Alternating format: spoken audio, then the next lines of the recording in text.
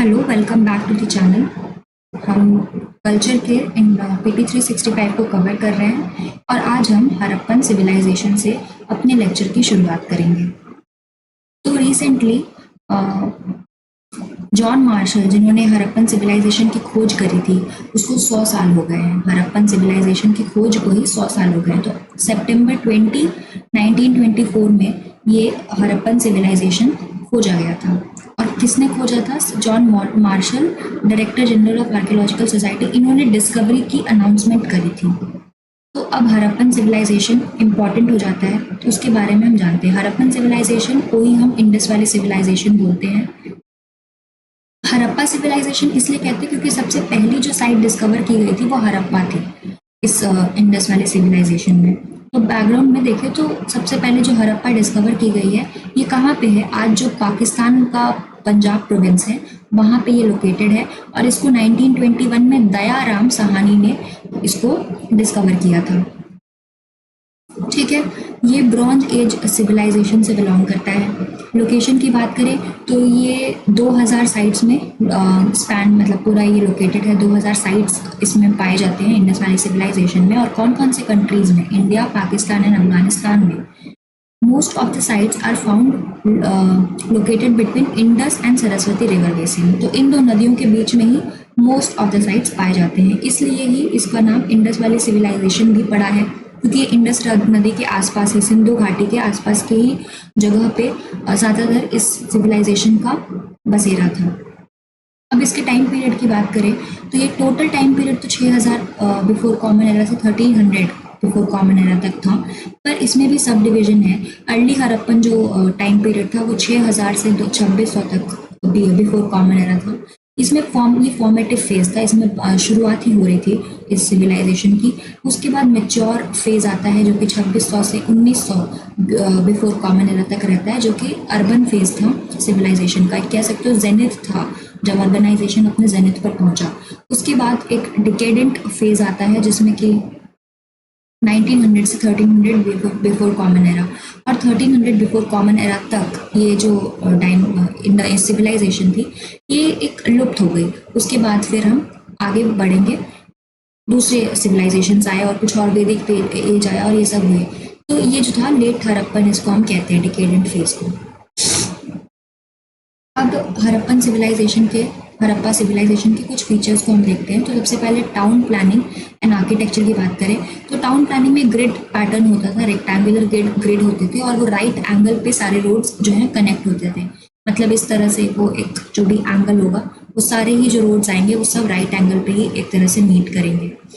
तो इस तरह से पैटर्न रहता था। इसमें बर्न्ट ब्रिक्स का यूज़ किया जाता था घरों को बनाने के लिए, gypsum joint with gypsum mortar. उस समय का जो इजिप्ट था, इजिप्ट में उस समय ड्राइड ब्रिक्स का यूज़ होता था, और इंडिया में मतलब इंडस वैली सिविलाइजेशन में बर्न्ट ब्रिक्स का यूज़ हो रहा था।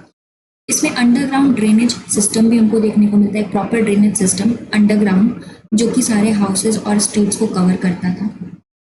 आर्किटेक्चर की बात करें तो लार्ज सिटाडल्स देखने को मिलते थे, ग्रेनरीज देखने को मिलती थी, और फेमस ग्रेट बाथ जो कि मोहनजोदारो में है वो देखने को मिला। एंड मल्टी स्टोरी बिल्डिंग्स भी देखने को मिली, यानी कि सिर्फ घर नहीं, घर के ऊपर घर, ऐसे मल्टी स्टोरी बिल्डिंग्स भी देखने को मिली हैं। नाउ एग्रीकल्चर की बात करें तो एग्रीकल्चर में वुडन प्लाउशेयर यूज होता था, मतलब वुड का बना हुआ प्लाउशेयर यूज करते थे। और क्रॉप्स क्या क्या ग्रो होता था? Wheat, rice, millets, barley, lentil, chickpea, sesame, and earliest to produce cotton in the world. तो ये जो डायनेस्टी थी इसने कॉटन को सबसे पहले, जो माना जाता है कि सबसे पहले कॉटन प्रोड्यूसिंग सिविलाइजेशन थी ये। एंड ग्रीक्स ने इसको कहा सिम्नम।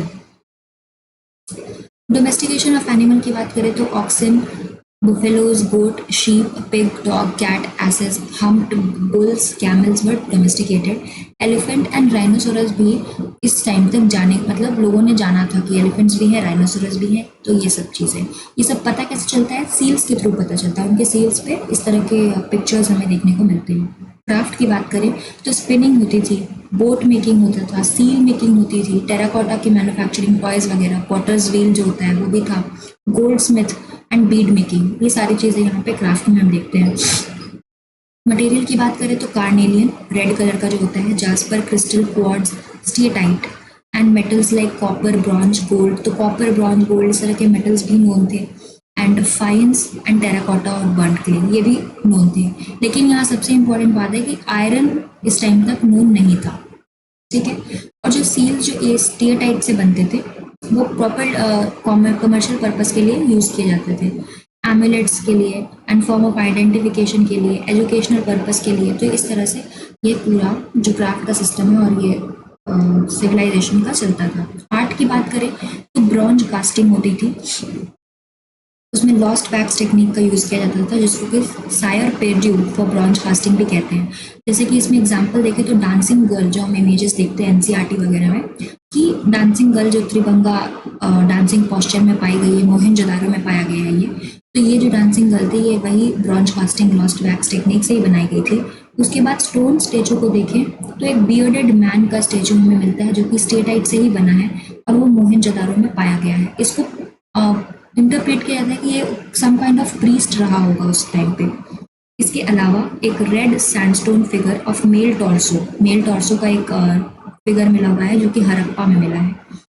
तो ये सारे फिगर हो गए, ये सारे इमेजेस हमारे एनसीईआरटी में दिए गए हैं।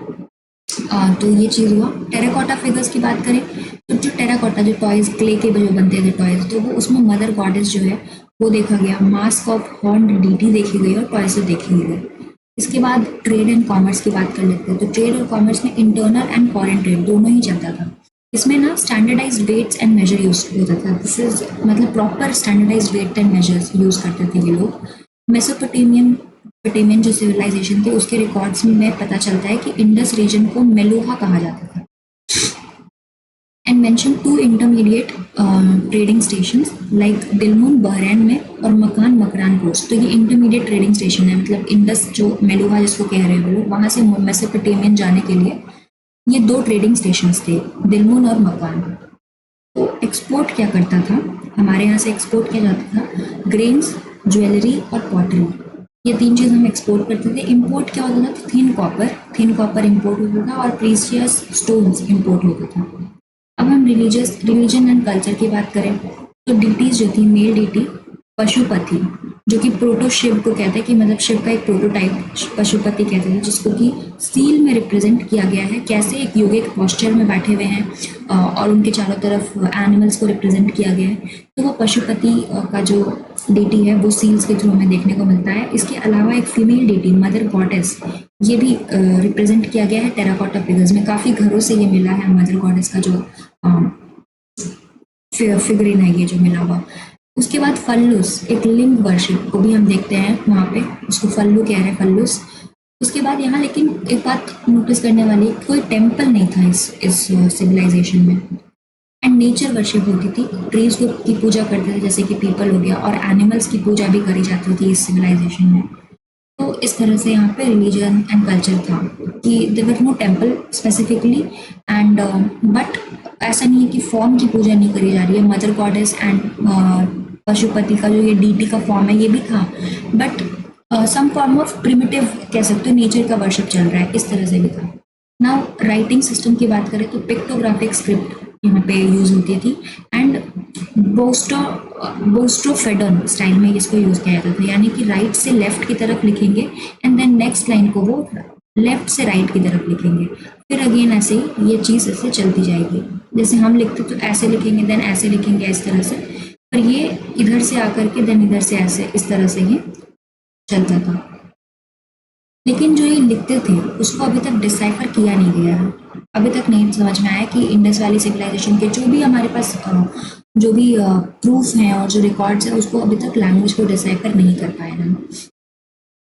अब यहाँ पे हम देखते हैं इम्पोर्टेंट आईवीसी साइट्स को, कौन कौन से साइट से देखिए। जैसे कि यहाँ पे स्टार्ट करते हैं, पोत दीजी जो है ये पाकिस्तान में है, यहाँ पे मार्क्ड है। हड़प्पा पाकिस्तान में है, मोहनजोदारो भी पाकिस्तान में है, चान्होदारो ये भी पाकिस्तान में है, और सुत्का गंदौर ये भी वेस्टर्न मोस्ट, ये इंडस वैली सिविलाइजेशन जहाँ तक फैला हुआ था तो उसका वेस्टर्न मोस्ट पार्ट जो है, सबसे वेस्टर्न मोस्ट पार्ट जो है वो था सुत्का गेंदौर, ठीक है। इसके अलावा यहाँ आलमगीर देखिए यूपी में है, ये ईस्टर्न मोस्ट पार्ट था, तो यूपी तक फैला हुआ था ये सिविलाइजेशन, और आलमगीर इसका ईस्टर्न मोस्ट पार्ट था। और नदर्न मोस्ट पार्ट की बात करें तो मांडा था जो कि जम्मू कश्मीर में है, तो ये नदर्न मोस्ट पार्ट हो गया। इसके बाद जो सदर्न मोस्ट पार्ट था वो था दायमाबाद, जो कि महाराष्ट्र में है। तो ये जो सिस्टम है ये महाराष्ट्र तक फैला हुआ था, ये पूरी जो सिविलाइजेशन है। तो दायमाबाद तक इस सिविलाइजेशन को हम देखते हैं। इसके अलावा जो साइट्स हैं जैसे कालीबंगन वो राजस्थान में है, धोलावीरा गुजरात में है, लोथल गुजरात में है, देसलपुर गुजरात में है, पद्दा बेट जो है ये गुजरात में है, और राखीगढ़ी जो है वो हरियाणा में है, रोपर पंजाब में है, और हड़प्पा तो हमने बात कर ली इन सारी चीज़ों की। ये जो जो पाकिस्तान में है जैसे कोटडिजी, हड़प्पा, मोहनजोदारो, चामुंडारो, सुत्का गेंदौर, ये सारी चीज़ पाकिस्तान में, बाकी हमने जो यहाँ पे देखे वो तो है। अब इसके बाद लोथल हमारा न्यूज़ में है, क्योंकि अभी रिसेंटली यूनियन कैबिनेट ने नेशनल मैरीटाइम हेरिटेज कॉम्प्लेक्स को बनाने की बात को अप्रूव कर दिया है लोथल गुजरात में, लोथल में। तो ये क्या है? NMHC, national maritime heritage complex. It is developed under Sagarmala project, जो कि ministry of ports, shipping and waterway के अंदर है, और इसको एक PPP मॉडल में बनाया जा रहा है, यानी कि पब्लिक प्राइवेट पार्टनरशिप। इसमें प्राइवेट पार्टनर्स भी रहेंगे जो ये डेवलप करने में हेल्प करेंगे। Historical significance of Lothal, it is located between 2 rivers, Bhogavo and Sabarmati. ठीक है, तो इन 2 नदियों के बीच में है ये, and it is near gulf of Khambhat, Gujarat में। It is prominent city of Indus Valley civilization and had oldest man-made dry dock. तो जो ये ड्राई डॉक जो है ओल्डेस्ट, और ये मैनमेड है ड्राई डॉक जो है, डॉक बनाया गया था जो जहाँ पे जैसे शिप्स जो आकर के रुकते हैं और वहाँ पे जो ट्रेडिंग होती है, तो वो जो डॉक कहते हैं शिपिंग के लिए, तो वो जो मैन मेड ड्राई डॉक था वो यहाँ पे पाया गया 2400 साल पहले, मतलब before common era. Discovery of dry dock at Lothal give an insight into knowledge of tides, winds and other nautical factor। तो ये जो ड्राई डॉक है इसकी वजह से हमें क्या नॉलेज, टाइड्स के बारे में, विंड के बारे में, नॉटिकल फैक्टर्स के बारे में भी पता चलता है जो उस समय पे एग्जिस्ट करते थे। इसका एम क्या है? ये जो नेशनल मैरीटाइम हेरिटेज का कॉम्प्लेक्स बनाया जा रहा है, तो showcase India's rich maritime heritage from ancient time to the present. तो इंडिया का जो रिच मैरीटाइम हेरिटेज रहा है पुराने ज़माने का, उसको अभी शोकेस करना कि हाँ देखो हमारा भी एक रिच पास्ट रहा है इन केस ऑफ मैरीटाइम। तो it involves world class lighthouse museum, एक म्यूजियम होगा, कोस्टल स्टेट पवेलियंस होगा, and maritime themed eco resorts होंगे। ठीक है, तो ये सारी चीज़ें इस प्रोजेक्ट के अंदर कवर की जा रही हैं। अब इंडिया मैरीटाइम हेरिटेज की बात करें तो सबसे पहले अर्ली डेज में जाते हैं, 3000 से 2000 साल पहले, जब IVC की बात हो रही है। तो IVC had maritime trade link with Mesopotamia, हमने देखा ही इंपोर्ट और एक्सपोर्ट होता ही था। उसके बाद वैदिक एज में 2000 से 500 बिफोर कॉमन एरा में की बात करें तो इसमें ऋग्वेद में कुछ मेंशन है रेफरेंस टू मैरीटाइम एक्टिविटी। फिर नंद एंड मौर्य के टाइम पे 500 से 200 बिफोर कॉमन एरा, इसमें मगध जो किंगडम था वो वर्ल्ड का सबसे बड़ा, मतलब नेवी जो कहना जाते हैं ना कि navy, world first ever recorded instance of navy, तो नेवी जो दुनिया में पहला ऐसा जो रिकॉर्ड किया गया था वो मगध किंगडम था, नेवी पे जो फोकस कर रहा है किंगडम। उसके बाद सतवाहन डायनेस्टी 200 से 220 after like in the common era.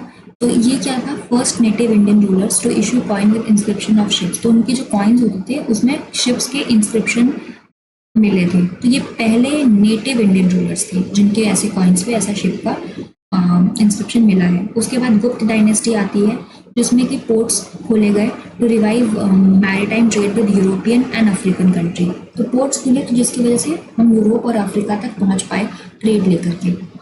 Maratha के टाइम की बात करें तो शिवाजी के अंडर तो Maratha navy held of Portuguese and British for 40 years. तो पोर्तुगीज और ब्रिटिश को तो मराठा ने मतलब उनसे तो सामना किया ही, उनको नाकों तले चने चबवाए, और शिवाजी के राज में ये सब हुआ। And he also built coastal fort like Vijaydurg and Sindhudurg. ये 2 कोस्टल फोर्ट भी बनाया गया उसके शिवाजी के टाइम पे। और Kanhoji Angre took over Sarkhel admiral of the Maratha fleet. तो उन्होंने एडमायरल की पोजीशन को लिया 1699 में, और उसके बाद he recaptured all the forts that had been lost by Maratha navy to the Siddis. तो सारे जो मराठा नेवी के फोर्ट्स थे वो सारे उन्होंने रिकैप्चर करे। किसने? कान्होजी अंग्रे ने। उसके बाद सदर्न डायनेस्टीज की भी बात कर लेते हैं। तो चोल, चेर और पांड्या, ये 3 डायनेस्टीज हैं। तो इनके टाइम पे चोल के टाइम पे मेरीटाइम जो ट्रेड है वो साउथ ईस्ट एशिया तक फैला और इंडियन कल्चर्स भी वहाँ पे फैले। चोल के टाइम की बात हो गई। पांड्यास के जो ट्रेड लिंक है वो रोम के साथ, इजिप्ट के साथ एंड चाइना के साथ में देखे गए and they also controlled pearl farming. Chera के टाइम पे ग्रीक्स एंड रोमन के साथ में ट्रेड दिखता है हमें and monsoon wind for and they utilised monsoon wind for trade routes. तो उन्होंने मानसून विंड का यूज किया था ट्रेड रूट्स को यूज करने के लिए। इसके अलावा और कौन कौन से साइट हमारे न्यूज में है, जैसे कि न्यूलिथिक एज रॉक कार्विंग इन गोवा मॉक्सी विलेज। ठीक है, तो रिसेंटली क्या हुआ कि आर्कियोलॉजिकल सर्वे ऑफ इंडिया जो है उसने कंफर्म किया neolithic age rock carving, neolithic age का एक रॉक कार्विंग जो कि गोवा के मॉक्सी विलेज में मिला है। Rock carving were found etched into the meta basalt rock along the dry river bed of Zarme river। तो जारमे रिवर के अक्रॉस ही ये रॉक केव मिला हुआ है। The carving are of animals such as zebus, bulls, antelopes alongside footprint and cupules। Cupules क्या होता है? Cup shaped depression होता है, उसको cupules कह रहे हैं। और footprints मिला है, antelope and bull and zebus के carvings मिले हैं। तो ये सारी चीज़ें हुई हैं। अब यहाँ पे जो पीरियड की बात की गई है न्यूलिथिक, तो अब अगर पीरियड की बात कर रहे हैं तो हम पूरी तरह से देखेंगे कि pre historic rock painting India में क्या क्या था। सबसे पहले अपर पैलियोलिथिक पीरियड आता है। ये तो अर्लीस्ट पेंटिंग जो रही होंगी, सबसे पहला पीरियड है, तो सबसे अर्लीस्ट पेंटिंग इसी टाइम की थी। इसमें लीनियर रिप्रेजेंटेशन होता था और ग्रीन और डार्क रेड कलर से रिप्रेजेंट किया जाता था। एनिमल फिगर्स को भी रिप्रेजेंट करे जाते थे, जैसे कि बाइसन हो गया, एलिफेंट हो गया, टाइगर्स, इनको रिप्रेजेंट किया जाता था। और इसके अलावा ह्यूमन फिगर को स्टिक से डिनोट किया जाता है, मतलब इस तरह से कुछ ये लोग ह्यूमन फिगर को बनाते थे। तो दिस वर ह्यूमंस। और ये जो पैलियोलिथिक पीरियड के जो पेंटिंग्स हैं वो कहाँ पाए जाते हैं? भीमबेटका जो कि मध्य प्रदेश में है, इंपॉर्टेंट साइट है, और ज्वालापुरम जो कि आंध्र प्रदेश में है। इसके अलावा मेसोलिथिक पीरियड की बात करें तो ये जो है इस टाइम पे लार्जेस्ट नंबर ऑफ पेंटिंग्स मिलते हैं हमें। इसमें human scenes predominate and depict hunting in groups and community dances. तो इसमें हंटिंग को दिखाया गया है, कम्युनिटी डांसेस को दिखाया गया है। इसमें एनिमल्स को नेचुरलिस्टिक स्टाइल में पेंट किया गया था और ह्यूमंस को थोड़ा स्टाइलिश मैनर में पेंट किया गया था। इसके साइड्स की बात करें तो ये भी पंचमढ़ी और अदमगढ़ हिल में है, जो कि मध्य प्रदेश में आता है। इसके बाद सबसे लेटेस्ट न्यूलिथिक चारकोलिथिक पीरियड आता है, जिसमें pottery and metal tools are shown but vividness and vitality disappeared. इसमें खाली दो ही कलर यूज हो रहे थे, व्हाइट और रेड। और कैसे बनते थे? व्हाइट बनता था हेमेटाइट को ग्राइंड करके और रेड बनता था लाइमस्टोन को ग्राइंड करके। Men appear adventurous और animals are shown more youthful and majestic। तो ये सारे चेंजेस देखने को मिलते हैं। इसके अलावा यहाँ की साइट्स, इस पीरियड की साइट्स कौन सी हैं? चंबल रीजन है न्यूलिथिक और चारकोलिथिक टाइम के, और दायमाबाद जो कि महाराष्ट्र का है, ये देखने को मिलता है। इसके बाद श्रीकाकुलम हमारा न्यूज में है। तो several historians, academics and writers and heritage enthusiasts have been working diligently to restore prominence of Srikakulam forgotten history। तो उसके हिस्ट्री को रिवाइव करने की बात की जा रही है। तो इसकी हिस्ट्री की बात करें तो इसका नाम पहले चिकाकोल था, जो कि ब्रिटिश कॉलोनियल रीजन में यूज किया जाता था, इसी से अभी श्रीकाकुलम बना है। तो ये एक टाइम पे कलिंग डायनेस्टी का पार्ट हुआ करता था, जो कि 3rd सेंचुरी BC के टाइम पे की बात है ये। लेटर इसको गजपति किंगडम के अंदर में इनकॉर्पोरेट किया गया। उसके बाद मेडिवल टाइम पे गजपति किंगडम के अंदर इसको इनकॉर्पोरेट किया गया है। उसके बाद ईस्टर्न चालुक्य, जो वेंगी के ईस्टर्न चालुक्य थे, उनके अंदर ये आ जाता है। तो it was also part of Kakatiya and Vijayanagar empire. तो देख रहे हैं कि कितने सारे डायनेस्टीज एंड एम्पायर के अंदर ये जो श्रीकाकुलम है ये आया था। पहले कलिंग डायनेस्टी, फिर Gajapati kingdom, then Eastern Chalukyas, then Kakatiyas, Vijayanagar empire, तो ये सारा कुछ। कल्चरल साइट की बात करें तो यहाँ पे बुद्धिस्ट साइट्स मिलते हैं। सलीहुंदम, जो बुद्धिस्ट ने सुमात्रा और ईस्टर्न कंट्रीज में जो स्प्रेड किया था बुद्धिज्म, वो यहीं से हुआ था, सलीहुंदम से। एंड दंथापुरी, ये दो साइट्स हैं यहाँ पे, सलीहुंदम और दंथापुरी। जैनिज्म के साइट की बात करें तो तंग मयकोंडा एंड रोहतवलस विलेज, ये दो साइट्स हैं। हिंदू टेम्पल की बात करें तो श्रीमुखलिंगम, श्रीकुर्मम एंड अरासीविल्ली, ये हो गया। और नियोलिथिक एरा के केव जो है वो नंदी हिल्स जो है बैंगलोर में, नंदी हिल्स, वो इसके साइट हो गए। इसके बाद कलिंग डायनेस्टी की बात कर लें तो मॉडर्न डे का जो ओडिशा है और कुछ part of Andhra Pradesh Kalinga dynasty के अंदर आते थे। और कॉन्क्वेस्ट, मौर्यन कॉन्क्वेस्ट, मौर्य के टाइम पे कलिंग वॉर हुई थी अशोक के टाइम, और अशोक ने किया था कलिंग वॉर 261 बीसी में। तो ये कलिंग को एनेक्स करके एंड इसके बाद ऐसा बोला जाता है, उन्होंने अपनी आत्मकथा में अशोक ने खुद ही लिखा था कि इस वॉर के बाद वो बुद्धिज्म में कन्वर्ट हो गए, उनका हृदय परिवर्तन हो गया, उन्होंने इतनी ब्रुटैलिटी देखी वॉर में, इतना ज़्यादा खून खराबा देखा कि उन्होंने खुद को चेंज कर लिया, वो बुद्धिज्म में कन्वर्ट हो गए। ठीक है, अब इस कलिंग डायनेस्टी के की रूलर्स की बात करें तो खारवेल थे 2nd सेंचुरी बीसी के रूलर। कौन से डायनेस्टी के थे ये? मेघवाहन डायनेस्टी के थे। And it is also known for his cultural patronage for Jainism, Jainism को ज़्यादा सपोर्ट करते थे। जो वहाँ पे केव्स उड़ीसा में, भुवनेश्वर में उदयगिरी एंड खंडगिरी जो केव्स हैं और हाथी गुम्फा इंस्क्रिप्शंस हैं, तो वो इन सारी चीज़ों का डिटेल देती है। उदयगिरी और खंडगिरी के केव्स की बात करें तो these caves are situated on 2 adjacent hill, और हिल के नाम पे ही इन केव्स का भी नाम पड़ा है। तो उदयगिरी और खंडगिरी नाम के 2 हिल थे, जिसका मेंशन किया गया है कुमारी पर्वत इन हाथी गुम्फा इंस्क्रिप्शन। तो हाथी गुम्फा इंस्क्रिप्शन में इन दोनों हिल्स का मेंशन है कुमारी पर्वत के नाम से। बिल्ट एज कुमारी माउंटेन रेंज, तो कुमारी माउंटेन रेंज पे बनाया गया है इसको। ये एक अर्ली रॉकेट केव का एग्जाम्पल है जो कि उड़ीसा में पाया जाता है। They were built around 2nd century BC by king Kharavela, मेघवाहन डायनेस्टी के थे, जैन मॉन्क थे। For Jain monk, sorry Jain monk के लिए बनाया गया था ये उदयगिरी और खंडगिरी केव्स जो है उनके रहने के लिए। Udayagiri caves are famous for Hathi Gumpha inscription which is carved out in Brahmi script. ठीक है, ये ब्राह्मी स्क्रिप्ट में लिखा गया था। And highlighting military campaign undertaken by Kharavela, इसमें खारवेल के मिलिट्री कैंपेन्स के बारे में भी मेंशन है। There are 2 set of Vaishnavite cave built during Gupta period in Udayagiri near Vidisha in Madhya Pradesh. तो दो मतलब अदर सेट्स ऑफ, मतलब जो गुप्त थे वो वैष्णवाइट थे एक तरह से, तो उन्होंने वैष्णवाइट केव भी बनवाए इन उदयगिरी, और ये विदिशा के पास में है जो कि मध्य प्रदेश में है। Now new archaeological sites in Telangana. अभी कुछ न्यू आर्कियोलॉजिकल साइट जो है तेलंगाना में डिस्कवर किया गया है। तो एक है उरागुट्टा जो कि आयरन एज मेगालिथिक साइट है। 2 new rock art sites at Damara Tobu in Gundala Mandal of Bhadradri Kothagudem district में मिला है।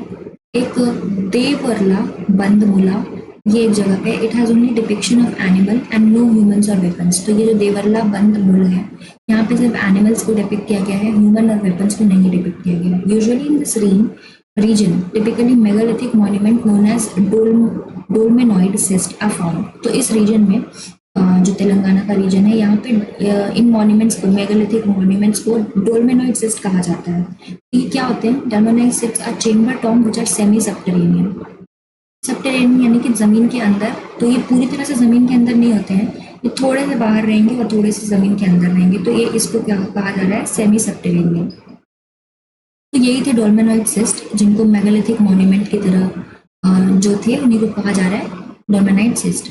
3 टाइप ऑफ मेगालिथ मिलते हैं, a chamber tomb, unchambered tomb and megalith not connected with burials and live a semi-nomadic life and have not been colonized in one place in defined reserved forest।